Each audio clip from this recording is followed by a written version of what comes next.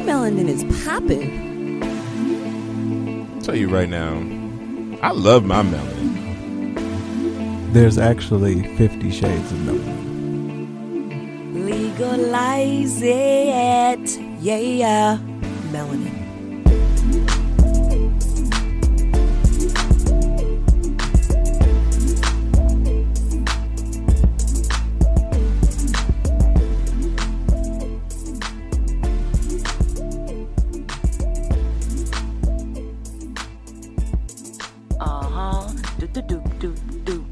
Yeah, the doop doop doop doop. The doop doop doop doop. Yeah, the doop doop doop doop. The doop doop doop doop. Yeah, the doop doop doop doop. The doop doop doop doop. Yeah, the doop doop doop doop. The doop doop doop doop. Yeah, the doop doop doop doop. The doop doop doop doop.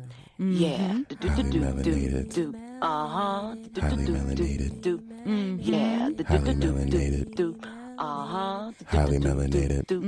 Yeah, the Highly the yeah, the melanated. yeah, Yeah. yeah,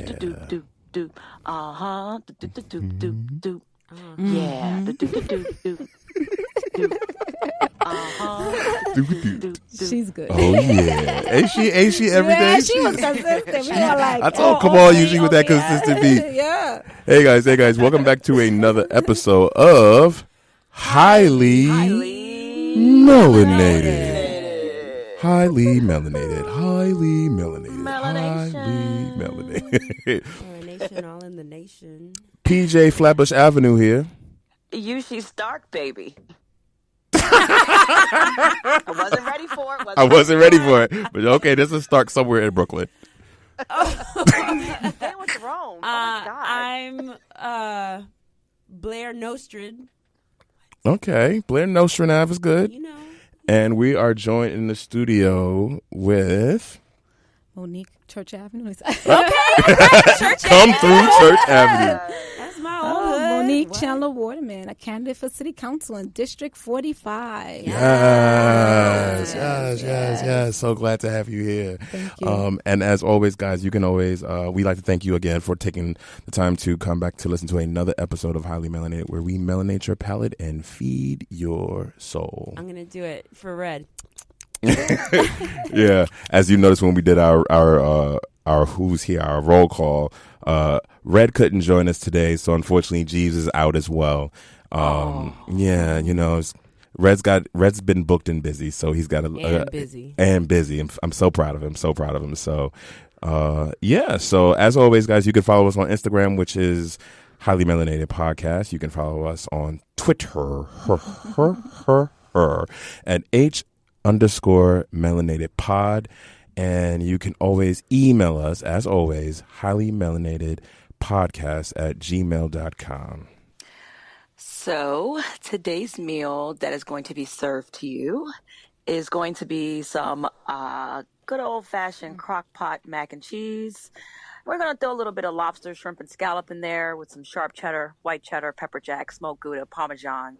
And then we're going to top it off with a little Parmigiano Reggiano. I think that sounds about right. Sounds good to me. Sounds great to me. Nice and full of carbs. Okay, we've been trying to run a little bit. Now we got carbs. Okay, Right. fine. So what we can do is use quinoa. No. Quinoa We can keep it with the carbs. It's fine. It's yeah, totally fine. that's perfect. That's perfect. Perfectly That's perfect fine. for me. I'm going to eat and then get the itis and go to sleep. Good sleep too. We're joined in the studio today with Monique Chandler-Waterman. Yes. She is a candidate for Councilwoman for District 45 in Brooklyn. Yes, Yes, ma'am. covering East Flatbush, Flatlands, Midwood, and Marine Park areas. Come Right. through. You better know your Okay. Come districts. through. Yes. Yes, She knows Ditmas her Park, area. Kensington. A little bit of everything. A little bit of everything. I swear it's like one of the biggest ones. Yeah. Yes, Mhm. yes. So, yeah. There's a lot of space there. 180,000 people. Yeah, well, that's a lot of people. Yeah. And what we're going to do is make sure we get these Yes, people yes, coming out to the yes, yes. polls. So why don't we start off this conversation with you just telling us a little bit just about who you are and why you decided to become a part of this election. Okay. Well, as we said, my name is Monique Chandler-Waterman. I'm a first-generation American. My family's from Jamaica and from Barbados, and I lived in East Flatbush all my life. I love my community, yes. I've been married over 17 years. Shout out to the husband who's in the studio. Yes. Shout out to Brother Eric in the background. Yes. And I'm here to support my wife. Yes. Okay. I met my husband when I was 11 years old in my junior high school, and I knew I had a plan. I knew this is what it was going to be. We have 4 talented children. Wait, pause. Wait, what junior high school you went to? My 11 junior high school. But it was here in New York? It was in East Flatbush. I went to PS 135. My Thank you. That's the 11 number junior I high needed. school. 135. PS 135. Okay. My mama went to PS 135. All 4 children went to PS 135. Come so through. It's been 3 generations. Wow. Yeah, PS 135. And we also have an after-school program, East Flatbush Village Inc., a nonprofit I have. We have an after-school program as well in PS 135, serving 110 children. So when, being a mother of 4 comes with its challenges. So when as a young mom, I got pregnant at 19, had my daughter at 20 years old, juggling home life, school life, going to school full time, I realized there was unmet needs in my community for women like myself. Parents who work outside like a traditional 9-to-5 work schedule didn't have access to childcare. I worked overnight shifts, so I started a 24-hour childcare facility. And then I realized we needed more resources in our community, so then I started a nonprofit organization, a 501c3 called East Flatbush Village Inc., to provide holistic services for the community, so from arts, athletics, academic, culture enrichment, after-school programs. We do adult and senior citizen programs, and anti-violence initiative, mental health initiative to take care of the whole entire family. So I'm going to scale back a little bit. I was raised by a single mom on public assistance. My grandparents raised me. So that type of dynamic kind of grew me for having that organization to make sure that we have full services for our community. My brother, when I had an issue, I called my brother, and he was about to make some permanent decisions for temporary, issues. And that's when I started with, we learned about anti-violence initiatives. And when I realized that was a real thing, because my brother was very well known in the community, what I did was the next time I had an issue, I spoke to him. I said, I really don't want you to have the whole school surrounded. I really don't want the whole 50s jumping in every time I have a fight. How can we work on that? If you go to jail, something happens to you, who's going to help raise me? So what he decided, I'm 11, he's about 13. The next time someone messed with me, we went to their house, and he spoke to their parents and said, if you mess with my sister, it's going to be some issues. And that was known as conflict mediation. So based on my whole childhood, what I went through, all the hardships, that's how I developed my nonprofit organization, because it took the village to raise me. So I figured East Flatbush Village, it takes a village to help with the community. Because the resources that we lacked, if those youth families could get the same resources, they didn't have to go through what I went through growing up, where my brother felt he had to sacrifice himself to make sure I had, a focused, narrow, straight, go to school, do what I have to do. I had people walk me to and from school. My brother had it locked for me when I was going to school. Hey, and I wasn't playing no games. No, he was not. I asked him recently, I said, why did you do all that? He said, well, Mommy said we had to protect you, so that's how I knew. So when you think about protection and what it looked like in your community, we protect the way we know how. It may not be always the best way, but it's protection, and it's what resources and access do we have. So I love my community. Born and raised here, took a village to raise me. I didn't say, okay, there's an open seat in the district, let me move in. I've been here. I didn't say something happened to my family, let me just only do it for my family. Let's do it for the whole community. I didn't say I just needed a title. I'm a child of God. I have a title. Come on with it. I'm a mother, I'm a sister, I'm a wife, I'm a daughter. So you have that. So when you're not bigger than the issue, like who you're helping, you just want to be a public servant. That's what you do. And then I was lucky. I met former Councilman Jumaane Williams, and he saw the passion and he saw the drive. He saw my husband and I with no money doing all these programs with our organization. And we've been side by side with him for the past 10 years. And he asked me to work for him as the first director of community outreach in his office when he first started, to get the office together with the plan of me going back to my organization to grow it. And then he wanted me to also run for the seat. So I'm endorsed by the former Councilman Jumaane Williams, who's now the public advocate, with a host of local elected officials, Assemblyman Nick Perry, Senator Parker, Laurie Cumbo, Councilwoman, Majority Leader Laurie Cumbo, Council Member Antonio Reynoso. So I have a lot of support from my local electeds because they work with me over a decade of doing work in the community, calling them, being persistent, invite them to all the activities, and seeing what I've done in the community. So there's no other candidate. Everybody's qualified. Everybody's doing what they have to do, but no one has done the breadth of, I would say, the community work, the volunteer work that I've done in the community. So with that, you mentioned a lot about all the different organizations that you've helped started, after school programs in your neighborhood, the elderly programs, just so many different things that you're already doing in the neighborhood. So what is it that you feel like you could accomplish by, you know, being in this position of the district councilwoman that would, like, what would that position entitle you to do on another level, I'm assuming? Because, like, you're already doing so much where you are right now. So what is it that being in that position will help you do more of, or things that you're not doing that you want to start doing, and that position will allow you to do those things? Okay. So if anybody know the former Councilman Jumaane Williams, he's very progressive. So a lot of advocacy. I'm an advocate too. We have a lot of aligned visions and mission. And for him to not be the council member and have someone else come in, you have to hit the ground running and have, you know, be able to build on that foundation. I definitely can do that as being partner with them. But also, running a nonprofit is not easy. There's a lot of surface funding. It's not enough funding for our community. It's not enough resources going to our community. I want to be at those tables to see why and figure out how we're going to get more in our community. You know, like Shirley Chisholm say, don't give your seat a table, bring a folding chair. We have to be at those tables, and I want our community members to be civically engaged. So when I become the councilwoman, right? Come through, May speak 14th, it. on May 14th, I want to make sure that my community members are civically engaged so we can be proactive. Having a monthly meeting, connecting the dots from a city council member. What do I do? How to hold me accountable. What the city council budget looks like. How do you have a vital voice in that? Legislation. A lot of policy is written that doesn't reflect our community. And if you're not boots to the ground, you don't know what's happening in the community, you can't sit at any table and talk about what we need. There's a lot of people who never been treated unequal talking about equity. It's not reflected. We don't have our community voice in there, and I want to make sure we have our vital voice at those tables. So I feel like I could do more as a city council member, going through the hardships, going through what I went through in my family, and just making sure our community continuously thrive and having someone to bring them forward. So all that is so very wonderful just to hear you talk about this, especially as a Black woman in Brooklyn and a Black woman in America. So speak to us about your community activism and the history of such. And I know that recently there was a shooting of a young Black man, Shahid Vassal, if I'm saying his name right. Yes. Please correct me if I'm not. But please talk to us about this.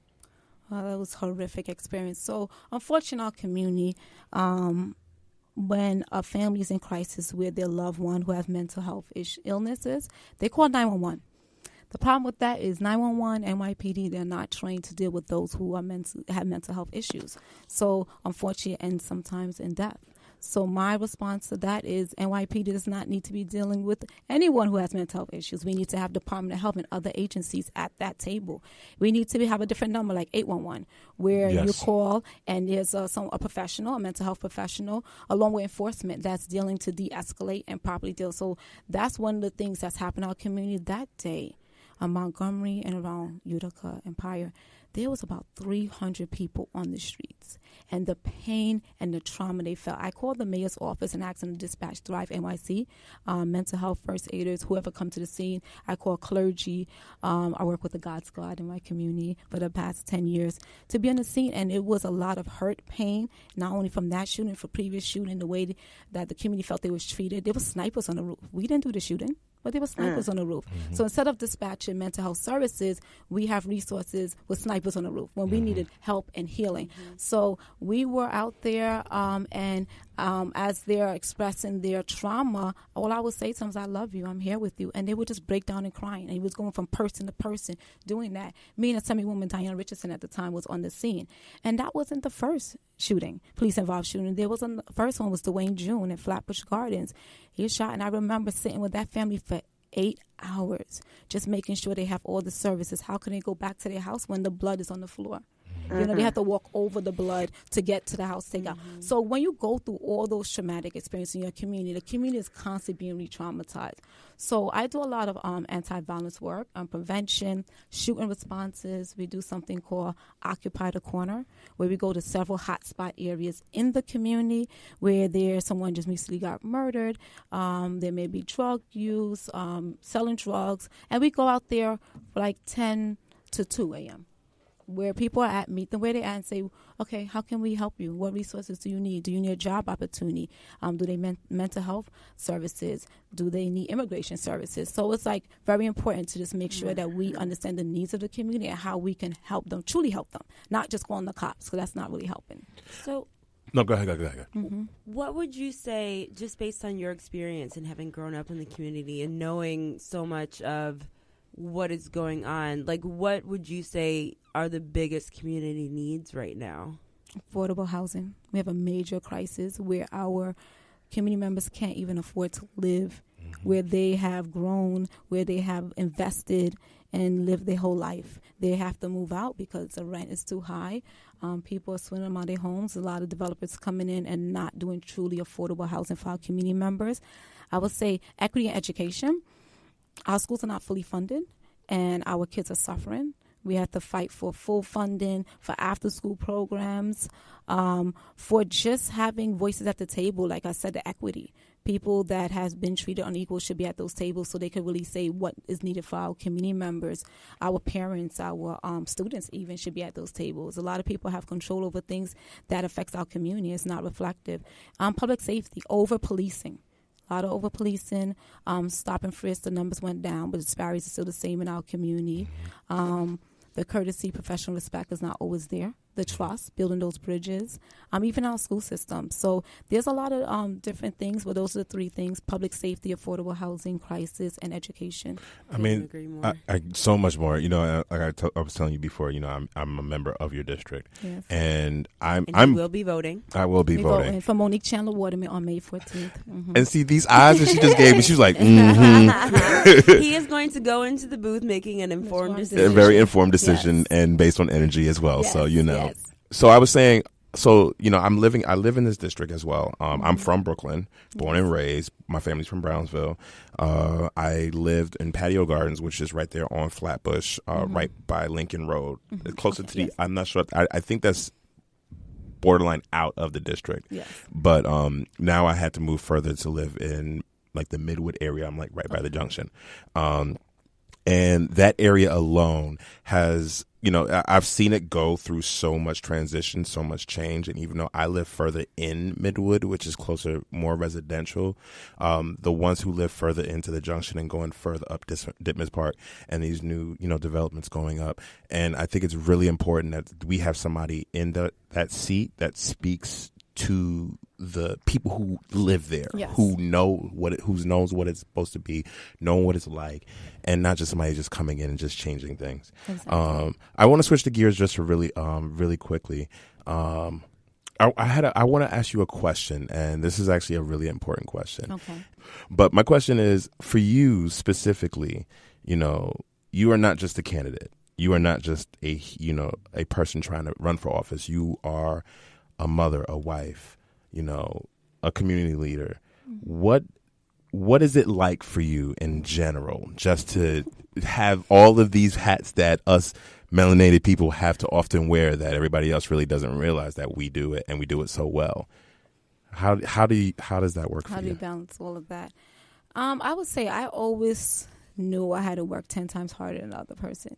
You know, so having 4 children was just part of like, okay, I know I got to work. I got pregnant young. You know how Caribbean family is, you know. You got to make sure you prove. So I was in school full time. I was going to get my degree. And nobody's going to tell me anything. So I worked hard, and I made sure I was lucky to meet the husband I do have that's very supportive. And what we did was I went to school first. He stayed home to take care of the kids, and then we balanced it that way. And it's like, okay, Tag, you're it. It's your turn to go to school. And we did that back and forth because we wanted to show people that we could do it.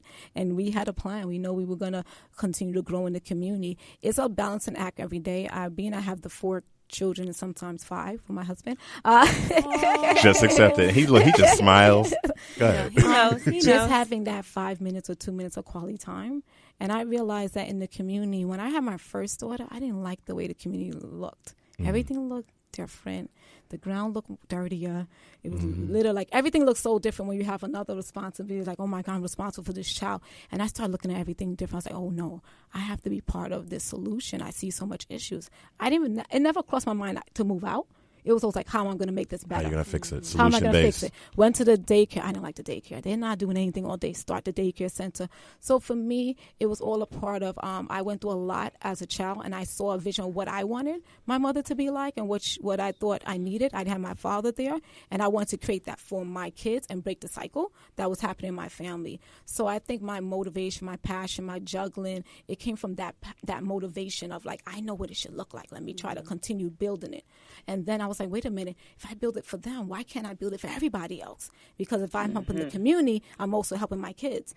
So I would say that it's been rough, it's been challenging, it's been juggling, but my motivation, my strength, my passion, my faith, all of that together helped me move forward. But I've always worked so hard. So sometimes the only time I thought it was acceptable to take a break was when I was pregnant. Well, so I've always had to juggle. My husband will tell you. And now it's kind of like weird being a candidate and people telling you what to do and you people driving you places and stuff like that. But it's definitely, I was groomed for this position and groomed to be a mom. I was parentified as a child, so I watched my sister, I'd say my daughter, but my sister from 11 years old. I was babysitting. I was paying mortgage and rent by 16. I was always helping my family. So I've never had I don't know what normal is. Yeah. It seems like you have such a vision for what you want the community to look like, and you've already started putting those building blocks in place with all of your different nonprofits and organizations that you've got going on. So I'm sure you're already in your mind 10 steps ahead, after you've gotten the position and you're already working. So what are some of the first things that you plan on doing once you're in office? Well, making sure I have a robust staff team that's reflective of the whole entire community. You can't do anything without a team. You're not in this world by yourself. And then, I know the importance of having a great team. And then I want my community members to be civically engaged so we could be proactive in our decision making and just being at the table. So having a monthly meeting to connect the dots, like I said, having our community members understand the legislation, the policy, the budgets, the politics, because a lot of times there's other powers to be that kind of push on elected officials to do something that's not in the best interest of their community. I want my community members very, very civically engaged. So when I go and do the woo, everybody comes out, 100 people behind me. Okay. 100 people behind me. Got you. And I'm like, my community members ain't having this. Right. I got to go with my community. That's who I'm representing. I'm not going to be bought. I'm not going to be in there saying I'm going to sell out my community members. I shook those people's hands. They helped me fundraise. I love my community. They trusted me. And when I go there, I'm not going to close the door and change perspectives. And that's why I know Jumaane Williams, you need to be at the table because I'm going to hold you accountable. I don't care who you are. You're going to do what you need to do for my community. Right is right, wrong is wrong. And if it's not right, then we're not going with it. So I'm not here to be your friend. It's not a popularity contest.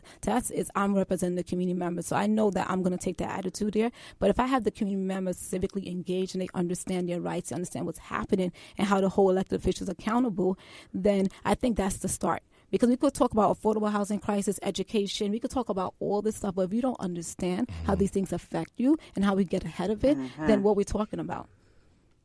If we can't get people out to vote, we can't get people out at meetings, we can't get people to protest, because I protest. So we'll be on the stairs. You have to know why you're fighting and how it affects you. We cannot wait till developers come in and now we're being pushed out. How do we get ahead of certain things? So educating the community boards as well, because there's different committees you could be on. This land use, it's housing, and everybody, they're volunteering, making sure that they're educated. A lot of education and just building that up from the ground. That's why I think it's the most important thing. Then we could, while I'm working on legislation with the other stuff, but I just didn't want my community members to be civically engaged. Okay. Wow, I really, really love your message and everything that you're saying right now. It's really, hitting home for a lot of us. So when you do win the city council seat, tell us what is one of the first things that you want to do the moment that this happens?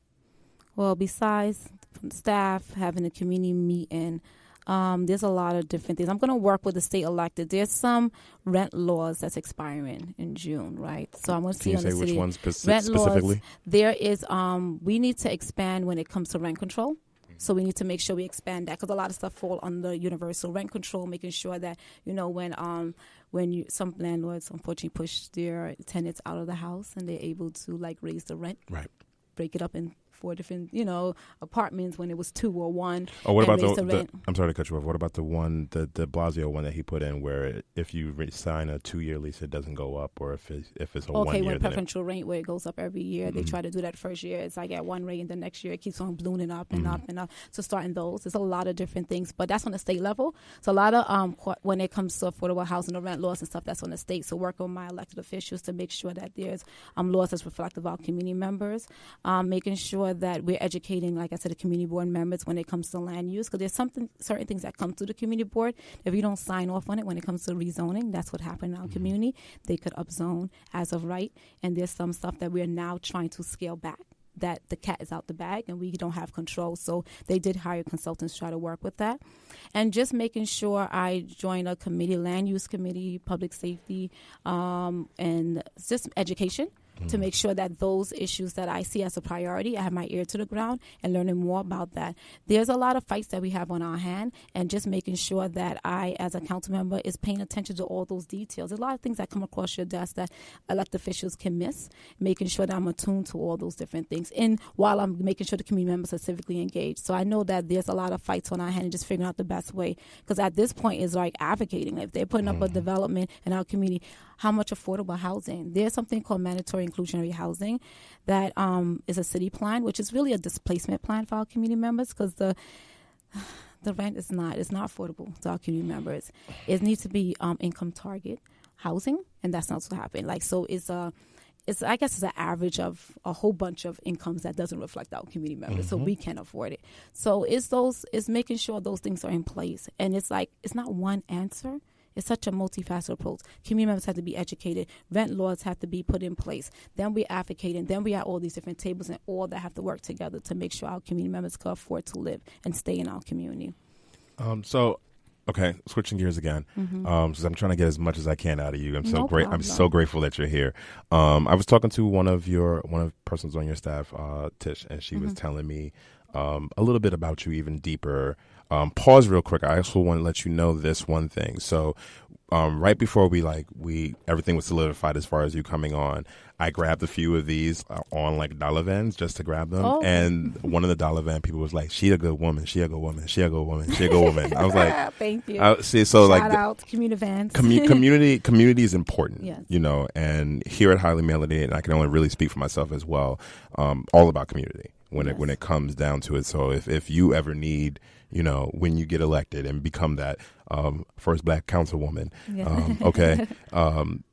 just know that you have a backing, or at least from us and our listeners, because I feel it, and I feel a lot. I feel more than it's just lip service. I feel like it's passion is driven and it's real. Yes. So what I was going to actually switch the gears was we were talking, Tish and I were talking, and this is something I'm really passionate about, which is mental health and awareness. And we talked about this very briefly at the beginning, especially very briefly when it came down to the gentleman who was murdered.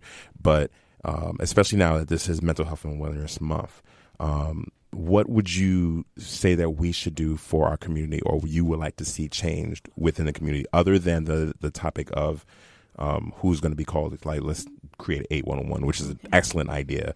What would some things that you would like to see?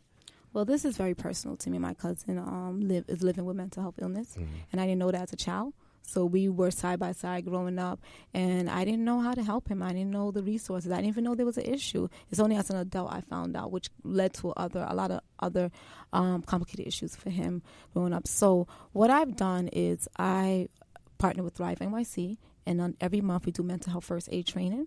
And to take it a step further, not only I wanted to make sure the community was aware of mental health and reducing the stigma, making it everyday language, but also I became a trainer as well. So I took a week training so I could train the community members. We had a big hit in our community with Mr. Hawthorne.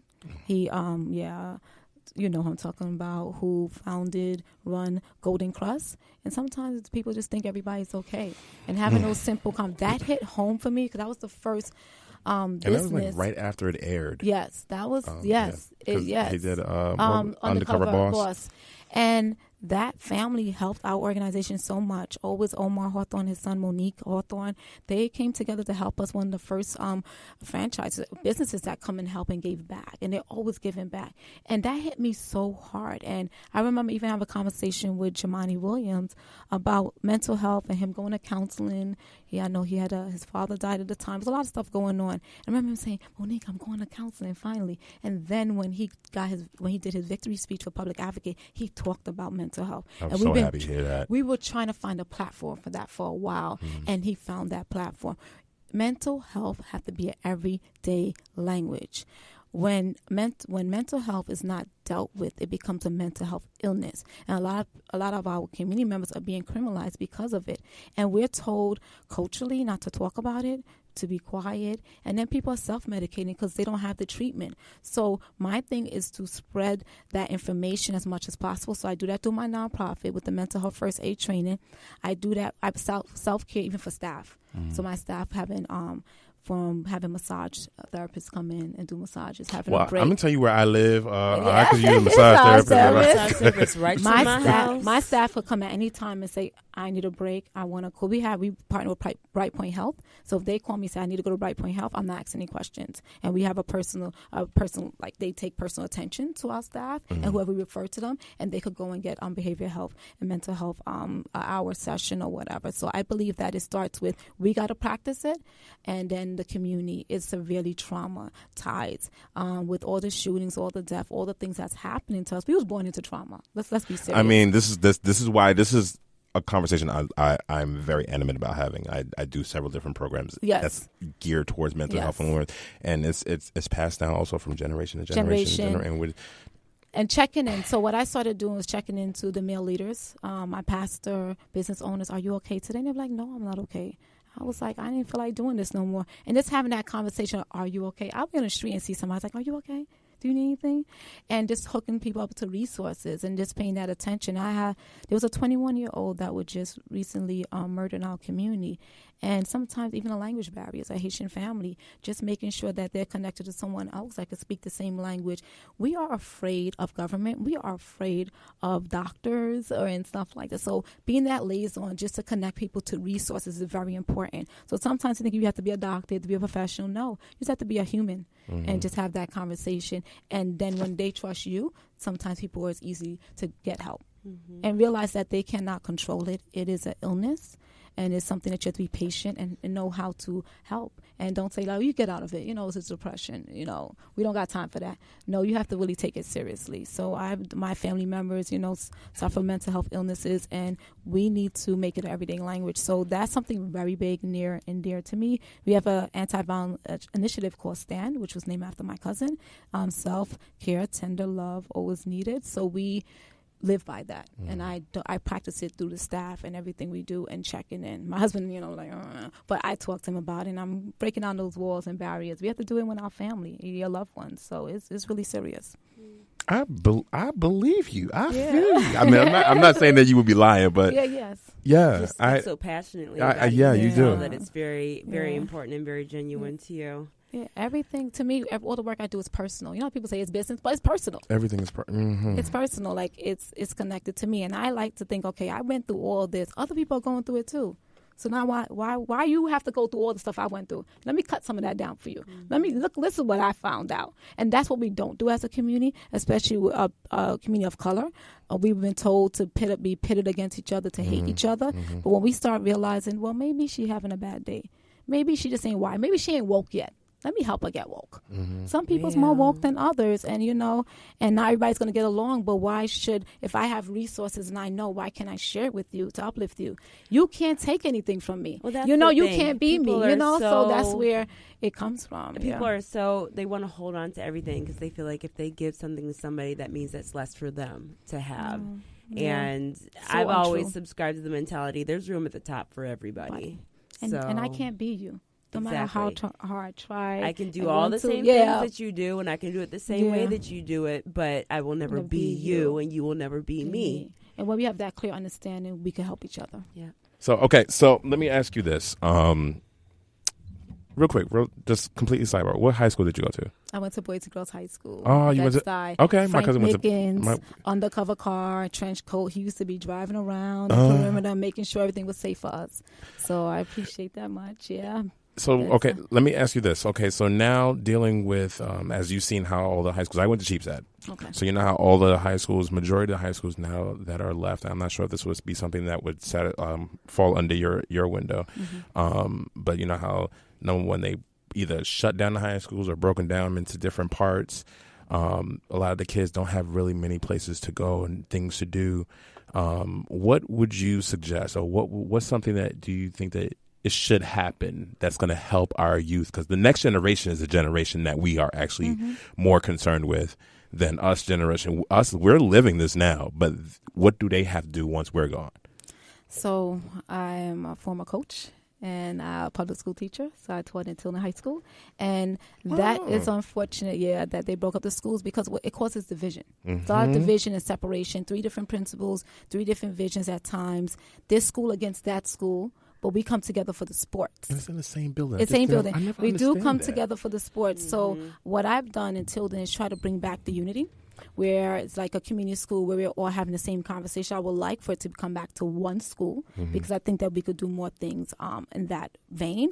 So what I've done is form coalitions between the 3 principals, superintendent, school safety, clergy, everybody coming to the table and figure out how can we build morale. Because when you have separation like that, now everybody, this is my territory, that's my territory. We're sharing a gym, but my space. It becomes so territorial that are we really working for the kids? And sometimes we lose vision of that because now I want to do better in your school. I want to do better in your school. I may not be sharing the resources the same way.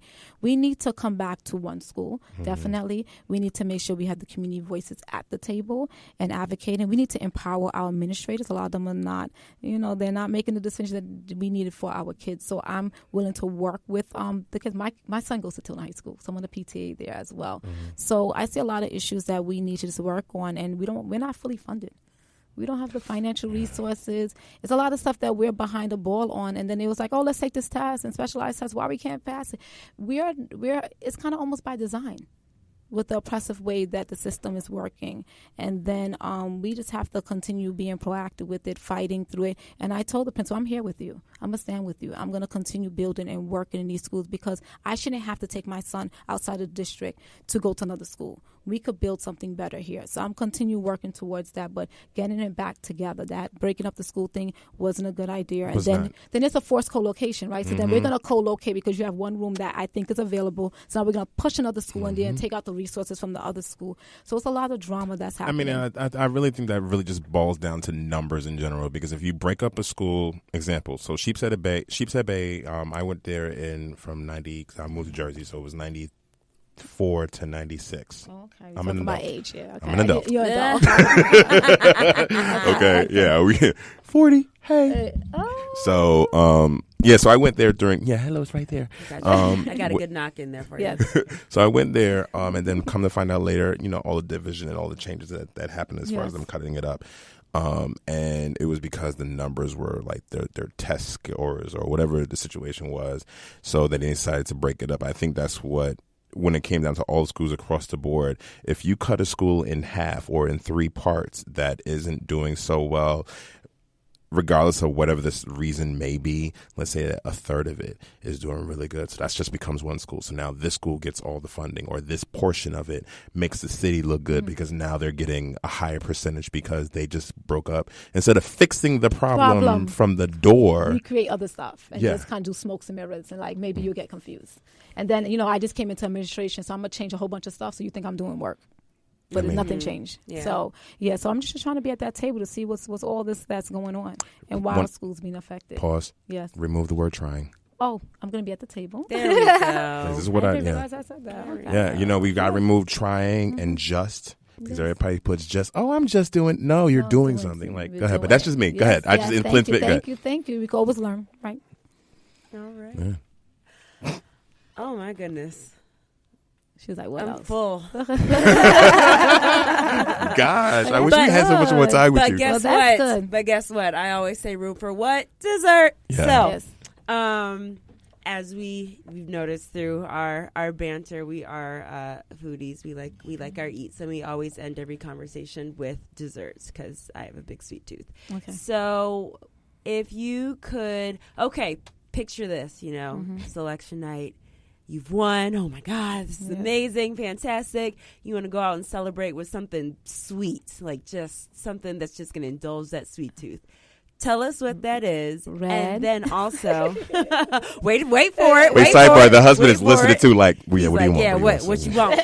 I'm helping you out like, I here, already know. bro. Yes, This is information for you too, so you can be prepared to just have it ready. But tell us what that is gonna be, what your go-to dessert is, and then as a final thought, just kind of leave us with what you want the listening audience to kind of take away from all the points that you made today. Just the lasting impressions that you want to leave upon the listening audience. Okay, so red velvet cheesecake. Well, That's what I'll be having. With what From I say? where? Well, it'll be the cheesecake icing.